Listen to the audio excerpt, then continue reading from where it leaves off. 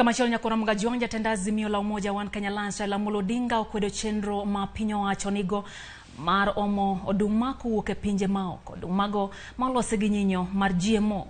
Odinga wacho ni chik dwaro ni piny owacho nyaka dwar pach jopiny kapok okawo okang' moro amora makamano.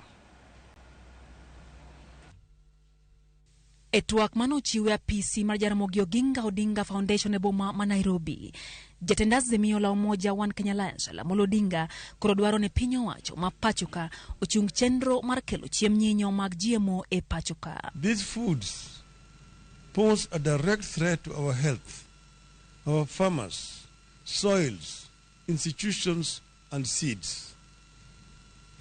GMOs are a new form of colonialism that will leave us permanently at the mercy of foreign nations and greedy multinational corporations.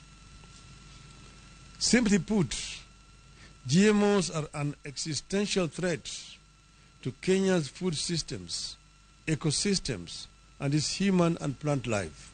Odinga wacho ni kweth mar azimio la umoja wan Kenya Alliance chich ni nitiere agenda moro mopondo matend UDA nigo wilani piny Kenya ne kod nyalo mar pidho ganda modakie kende owuon. Many countries in the European Union have banned GMOs. Germany, Austria, Greece, Hungary, the Netherlands, Latvia, Lithuania, Luxembourg, Slovenia, Italy, and Croatia. In Africa, Algeria and Madagascar have banned GMOs. In Asia, Turkey, Kyrgyzstan, Bhutan, and Saudi Arabia have disallowed GMOs.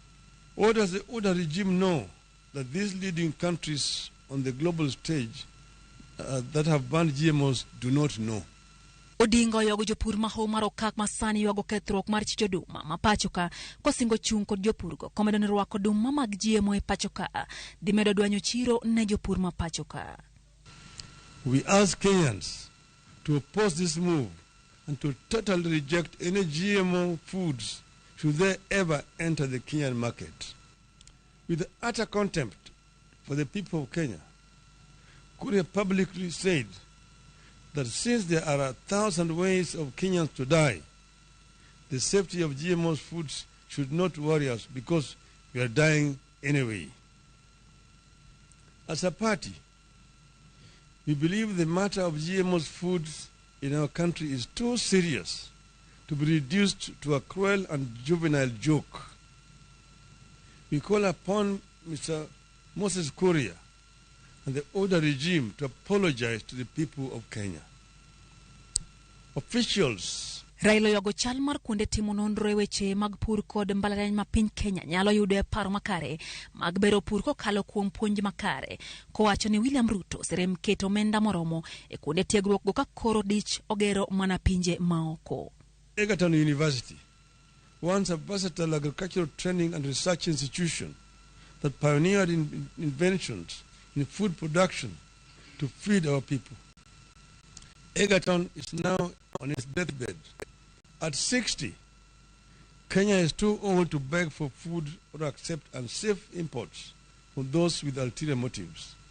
Parliament must push for motions to comprehensively and fully debate what the country should do with GMOs.